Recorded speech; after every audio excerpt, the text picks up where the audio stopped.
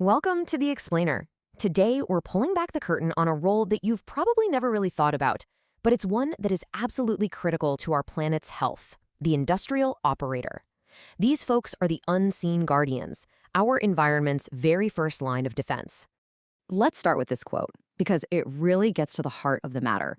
The biggest environmental disasters, they rarely start with some big bang. Nope.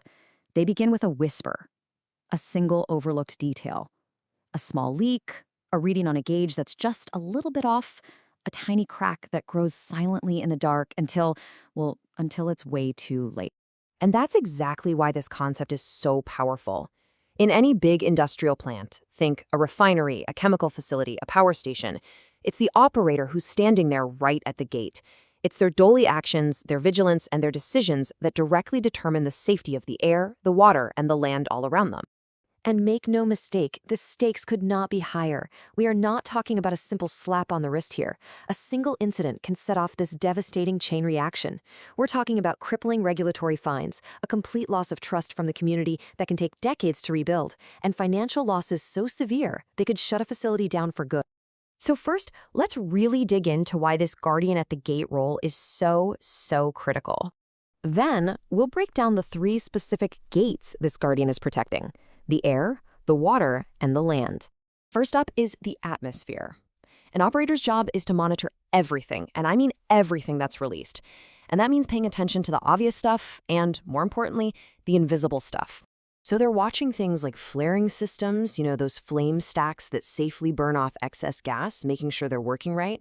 They're also hunting down these tiny, persistent, fugitive leaks from seals and valves that, believe me, can really add up. And critically, they monitor stack emissions, because while visible smoke is an obvious red flag, the real danger often lies in the harmful gases you can't even see. Okay, so from the air, let's move on to our most vital resource: water. Here, the whole game is about keeping contaminants out of the water system. Now, this involves managing oily runoff and processed wastewater, for sure, but the most vulnerable point is usually the storm drain. And why is that?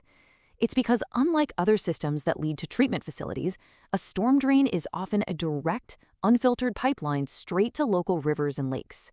An operator has to guard that thing like a hawk. And finally, the guardian's duty extends to the land itself. And this responsibility it all boils down to one core task: managing waste the right way. One of the most critical jobs here is knowing the difference between hazardous and non-hazardous waste. And mixing these up, it's not a simple paperwork error, it's a potential catastrophe. If you mishandle materials like chemical residues or contaminated sludge, you can poison the soil for decades, creating a toxic legacy that's almost impossible to clean up. But what happens when prevention fails? What happens when an incident actually occurs? Well, this is the ultimate test for any guardian. This is where training and pure instinct have to take over. Just imagine this for a second. A chemical spill is spreading fast across the concrete floor. There's no time to go find a manual, no time to ask for advice. What do you do first? The response in those first few seconds is absolutely everything. The answer is a simple, three-step golden rule that has to be total muscle memory. First, you stop the source. Shut the valve, plug the leak, whatever it takes. Second, and this is maybe the most critical step, you protect the drains. This is what prevents a small incident from becoming a full-blown environmental disaster. You use barriers, pads, anything to contain that spill. And third, you report it immediately. You don't hide it, you don't wait to see how bad it gets. Every single second counts. So all of this brings us to the final, and maybe the most important piece of the puzzle. Being a guardian, it's not just about a list of actions you take. It's about an unwavering mindset of responsibility that guides every single decision, every single day. This really lays out the two paths an operator can take. On one side, you have environmental discipline, following all the procedures, reporting small issues early, keeping safeguards in place. But on the other side, well, that's negligence. It's taking shortcuts, ignoring little alarms, letting small problems slide. And it's that second path, just a series of tiny compromises, that paves the road straight to disaster. This chart breaks down what that disciplined mindset actually looks like in practice. You can see a huge part of the job, a full 40%, is just actively monitoring systems and alarms. But look at the other pieces: following procedures, doing inspections. This shows it is not a passive role at all. It's a constant, active cycle of observation and action.